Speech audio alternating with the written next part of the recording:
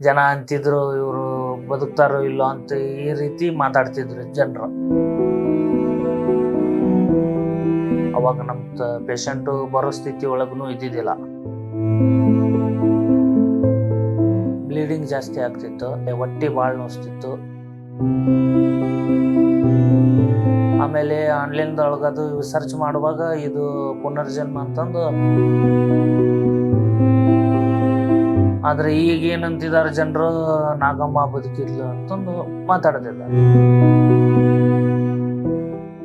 ನಮಸ್ತೆ, ದಯಾನಂದ್, ಧಾರವಾಡ. ನಮ್ಮ ತಾಯಿಯವ್ರು ನಾಗವ್ವ ಅಂತಂದು. ಅವ್ರಿಗೆ ವಯಸ್ಸು 55. ಕ್ಯಾನ್ಸರ್ ಫಸ್ಟ್ ಟೈಮ್ ಅಂದ್ರೆ ಒಂದು 8-9 ತಿಂಗಳಾಯ್ತು. ನಾವೆಲ್ಲ ಹೊರಗಡೆ ಎಲ್ಲ ತೋರಿಸಿದ್ರೆ 4th ಸ್ಟೇಜ್ ಕ್ಯಾನ್ಸರ್ ಬಂತು ಅವ್ರಿಗೆ. ಮಕ್ಕಳ ಚೀಲಕ್ಕೆ ಗರ್ಭಕೋಶಕ್ಕೆ ಗಂಟಾಗಿ ಅದು ಗಂಟು ಸ್ಪ್ರೆಡ್ ಆಗಿ ಚೆಸ್ಟ್ ಮಟನೂ ಹರಡಿತ್ತು. ಅದು ಕ್ಯಾನ್ಸರ್ ಹರಡಿತ್ತು. ಆಮೇಲೆ ಕ್ಯಾನ್ಸರ್ದು ಅದು ಕೀಮೋಥೆರಪಿ ಆಮೇಲೆ ರೇಡಿಯೇಷನ್ ಅದು ಏನು ಮಾಡಿಸಿಲ್ಲ. ನಮ್ಮ ತಾಯಿಯವ್ರು ಭಾಳ ವೀಕ್ ಇದ್ರು.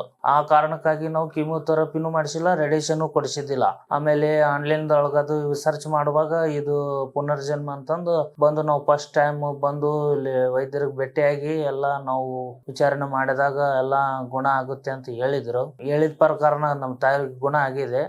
4th ಸ್ಟೇಜ್ ಇದ್ದಿದ್ದು ನಾರ್ಮಲ್ ಸ್ಟೇಜ್ ಬಂದಿದೆ. ಇನ್ನೂ 1 ಗಂಟಿದೆ, ಅದು ಗಂಟು ಹೋಗುತ್ತೆ ಅಂತ ಭರವಸೆ ಕೊಟ್ಟಿದ್ದಾರೆ. ಅವ್ರಿಗೆ ಬ್ಲೀಡಿಂಗ್ ಜಾಸ್ತಿ ಆಗ್ತಿತ್ತು, ಆಮೇಲೆ ಹೊಟ್ಟೆ ಭಾಳ ನೋಸ್ತಿತ್ತು. ಸಣ್ಣ ಪುಟ್ಟ ಕಡೆ ತೋರಿಸಿದಾಗ ಸ್ಟೋನ್ ಆಗಿರ್ಬೋದು ಹಂಗಿಂಗ ಅಂತ ಹೇಳ್ತಿದ್ರು, ಬೇರೆ ಕಡೆ ಅದಲ್ಲ. ಆಮೇಲೆ ನಮ್ಮ ಧಾರವಾಡ ಹಾಸ್ಪಿಟ್ಲಲ್ಲಿ ಹೇಳಿದ್ರು ಅವರು, ಇವ್ರಿಗೆ ಕ್ಯಾನ್ಸರ್ ಆಗಿದೆ ಅಂತಂದ. ಕ್ಯಾನ್ಸರ್ ಆಗಿದೆ ಅಂತಂದು ಕೇಳಿದ ಕೂಡಲೇ ನಾವು ಇಮಿಡಿಯೇಟ್ಲಿ ನಾವು ಅಡ್ಮಿಟ್ ಮಾಡಿದ್ವಿ. ಅವರು ಡಾಕ್ಟ್ರು 4th ಸ್ಟೇಜ್ ಇವ್ರಿಗೆ ಕ್ಯಾನ್ಸರ್ ಇದೆ ಅಂತಂದು ಎಲ್ಲ ಒಂದು ರೀತಿನೂ ಹೇಳಿದ್ರು ಅವರು. ಹಂಗಾಗಿ ಅವರು ಆಪರೇಷನ್ ಮಾಡಕ್ ಬರೋದಿಲ್ಲ, ರೇಡಿಯೇಷನ್ ಆಮೇಲೆ ಕೀಮೋಥೆರಪಿ ಕೊಡೋ ಮಟ, ಆ ಸ್ಪ್ರೆಡ್ ಕಮ್ಮಿ ಆಗೋ ಮಟ ಆಪರೇಷನ್ ಅವ್ರಿಗೆ ಮಾಡಕ್ ಬರೋದಿಲ್ಲ ಅಂತ ಹೇಳಿದ್ರು ಅವರು. ನಾವು ಹಂಗಾಗಿ ಇವ್ರಿಗೆ ಆಪರೇಷನ್ ಮಾಡಿಸೋದು ಬೇಡ, ಆಮೇಲೆ ಕೀಮೋಥೆರಪಿ ರೇಡಿಯೇಷನ್ ಕೊಡಿಸೋದು ಬೇಡ ಅಂದ್ರೆ ಅವ್ರಿಗೆ ಸ್ಟ್ರೆಂತ್ ಶಕ್ತಿ ಇದ್ದಿದ್ದಿಲ್ಲ. ಅವ್ರ ಕಡೆ ಶಕ್ತಿ ಇಲ್ದ ಕಾರಣಕ್ಕೆ ನಾವು ಇದು ಆಯುರ್ವೇದಿಕ್ ಇದು ಏನಾರು ಕೆಲಸ ಮಾಡ್ಬೋದೇನೋ ಅಂತಂದು ಇದು ಆಯುರ್ವೇದಿಕ್ದಾಗ ಕೊಡಿಸಿ ನೋಡಿದ್ವಿ. ಅದು ನಮ್ಗ ಉಪಯೋಗ ಆಗಿದೆ. ಒಬ್ರು ಹೇಳಿದ್ರು, ನಮ್ಮ ಸಿಸ್ಟರ್, ಅವರು ಸೋಷಿಯಲ್ ವರ್ಕ್ ಮಾಡ್ತಿದಾರ. ಇದಾಗ ಅವರು ಸರ್ಚ್ ಮಾಡುವಾಗ ಅವ್ರಿಗೆ ಸಿಕ್ಕಿದೆ. ಎಲ್ಲ ವಿವರಣೆ ಮಾಡ್ಕೊಂಡಾಗ ನಾವು ಬಂದು ಸ್ಟಾರ್ಟಿಂಗ್ ಬಂದು ಇಲ್ಲೇ ಬಂದು ನಾವು ಮೆಡಿಸಿನ್ ತಗೊಂಡ್ ಹೋಗಿದ್ವಿ. ಪೇಷಂಟ್ಗೆ ಏನ್ ಕರ್ಕೊಂಡ್ ಬಂದಿದ್ದಿಲ್ಲ. ಅವಾಗ ನಮ್ ಪೇಷಂಟ್ ಬರೋ ಸ್ಥಿತಿ ಒಳಗೂ ಇದ್ದಿದ್ದಿಲ್ಲ.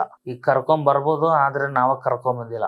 ರಿಪೋರ್ಟ್ಗಳು ತಗೊಂಡ್ಬನ್ನಿ ಸಾಕಂತ ಡಾಕ್ಟರ್ ಹೇಳಿದ್ರು. ಹಂಗಾಗಿ ರಿಪೋರ್ಟ್ಗಳು ತಗೊಂಡ್ಬಂದ್ ನಾವೇ ಮೆಡಿಸಿನ್ ತಗೊಂಡ್ ಹೋಗ್ತಿದ್ವಿ. ಪೇಷಂಟ್ ಕಂಡೀಷನ್ ಬಹಳ ವೀಕ್ ಆಗಿದ್ರು. ಜನ ಅಂತಿದ್ರು ಇವರು ಬದುಕ್ತಾರೋ ಇಲ್ಲೋ ಅಂತ ಈ ರೀತಿ ಮಾತಾಡ್ತಿದ್ರು ಜನರು.